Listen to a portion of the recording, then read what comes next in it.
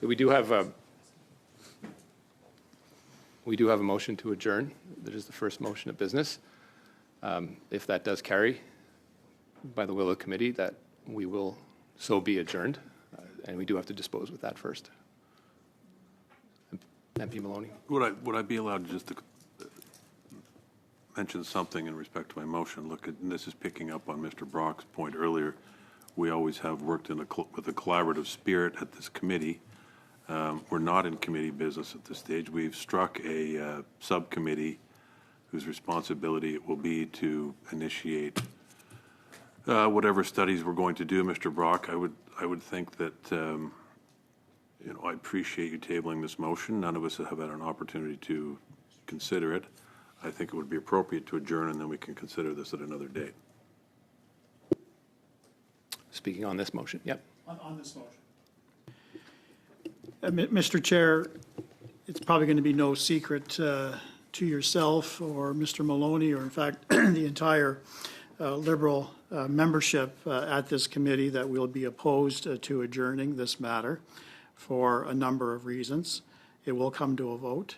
But I think it would be important for me to establish why we are objecting to this. And I appreciate what Mr. Maloney is saying, that we can pick this up in the fall as another motion and perhaps add to it or speak to this in due course.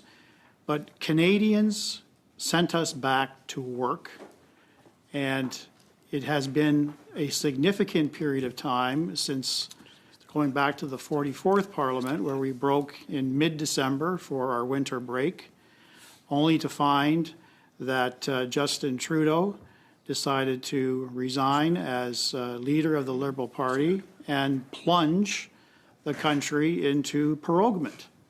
This wasn't the will of the majority of parliamentarians. We expected to come back at the end of January and continue our work. But because of that procedural move, which I would say, in my humble opinion, was extremely selfish, and it was only to advance the interests of the Liberal Party of Canada and its members in Parliament, we had to go through a leadership race. We are then plunged into a general election, which we all anticipated would probably happen after the new Prime Minister was selected as the leader of the Liberal Party of Canada. And we waited, after the election, we waited another month before we finally returned to Parliament. And I appreciate that the circumstances and the issues surrounding the election were such that there were certain priorities given to the Liberal mandate, which is now being argued and debated in the House of Commons. But throughout this entire process, Mr. Chair, and I would dare say backing up for at least 3 years, there has been a prevailing movement right across this country to have the federal government finally address some weaknesses in our criminal justice system, but in particular bail reform. And it wasn't just opposition MPs who voiced objection. As we all know, and as this country has known, there has been a ground swelling of support for change. We've heard from premiers of provinces, premiers of territories. We've heard from police chiefs from across this country. We've heard from presidents of police associations. We've heard from point legal of order, groups. Mr. Chair. Well, Mr. Brock, I don't want to interrupt, and you know based on my past behavior, I'd like to let you have the floor, but there's a motion on the floor to adjourn. It's not subject to debate. The submissions you're making now, with all due respect, pertain to the motion you've dropped on us today. I think we vote on the motion to adjourn. Depending on the outcome, we proceed from there. Do you have a lot more, MP Brock? Yeah, I know your colleagues Gill and Lawton want to speak Yeah, as well. I have a little bit more, but not much. Okay, let's try to be brief. Yeah, I'll be brief. This is an issue that we all heard on the doorsteps when we were canvassing. This is an issue that is not going away, and simply pushing this on the back burner because the chair recognized Mr. Maloney over myself. We both had our hands up at the same time. I simply can't advance my particular motion until I'm recognized by the chair. I exercise the appropriate procedure. And I think Canadians don't expect us to delay and punt this issue further down that proverbial football field. It needs to be addressed today. And that is why I will proudly not support Mr. Maloney's bid to adjourn this meeting. Thank you. Thank you. MP Gill. Mr. Chair, okay. I also want to touch base on the issue of crime. We all know that we have gone through the election here recently, and what I have heard from the people at the doors is completely different. They are really scared, and Canadians are increasingly worried about their safety. Whether it's break-ins, car thefts, gang violence, or drug trafficking, people are feeling the effects of failed Liberal policies every single day.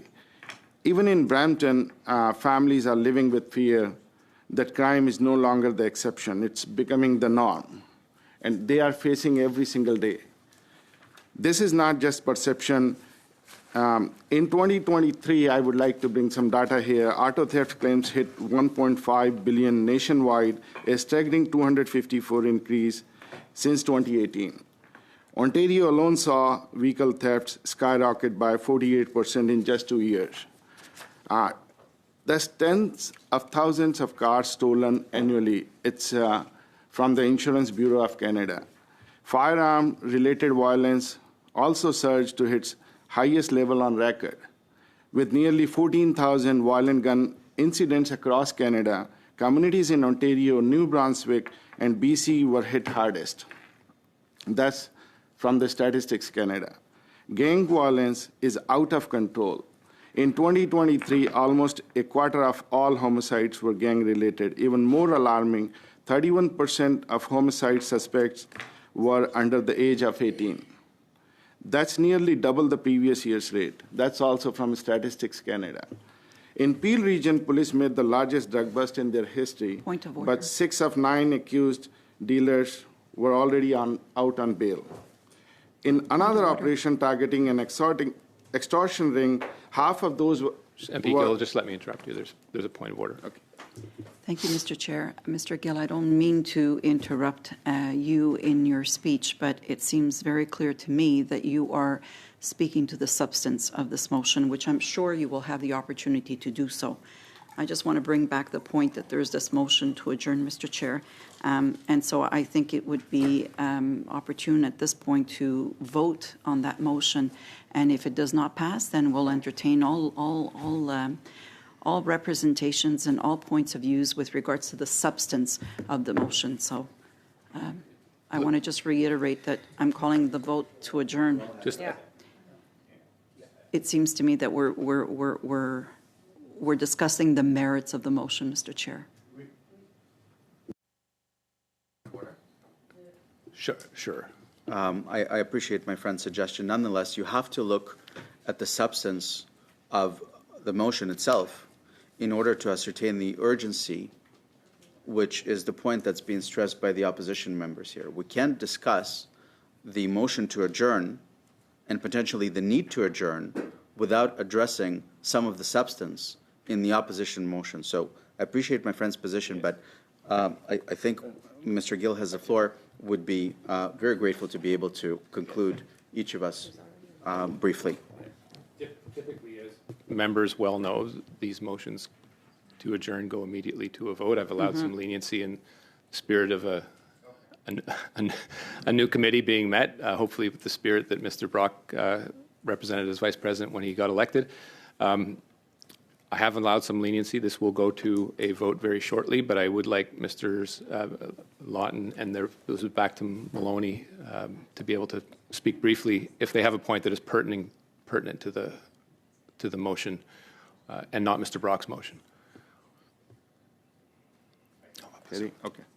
So I will. No, it's over to Mr. Lawton now. Yeah. Thank you, Mr. Chair. On the Liberals' belief that adjournment should take place immediately, I am new to the House of Commons, and I was elected, as were all of us on the Conservative side, in large part due to our desire to have safer streets in this country and our desire to get serious about bail.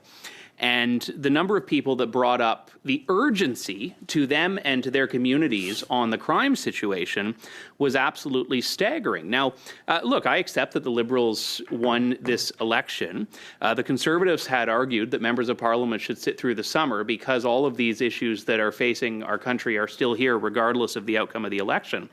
And I do not think it would be opportune for any of us, including my Liberal colleagues, to pack up this committee's work for 3 months without having done a single thing to help the crime-riddled communities of our country. And I speak on behalf of my own constituents in Elgin, St. Thomas, London South, but all Canadians. So I think adjournment is entirely inappropriate when we have Canadians that have elected us to get serious about this. And I actually don't think any of these members want to face their own constituents over the next 2.5 months and say that I chose to not even listen, not even debate a motion about some of these issues because I thought it was easier to start my summer vacation early.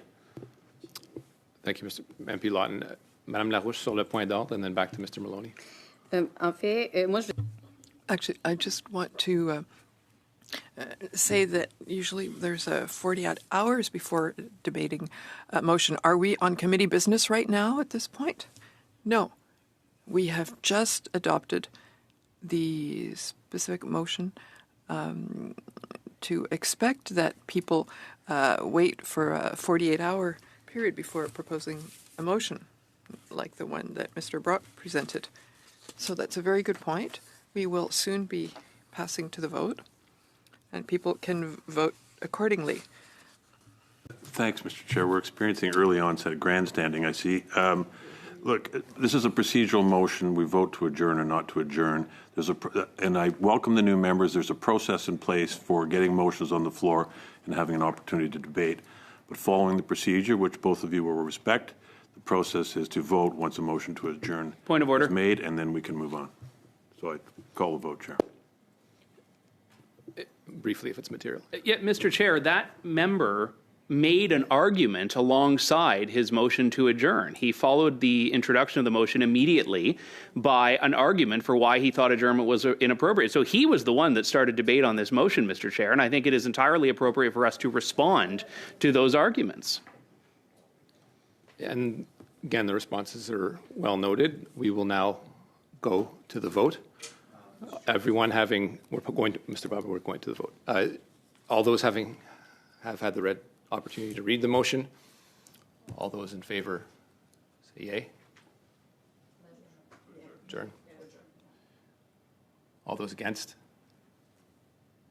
Motion carried. The meeting is now adjourned.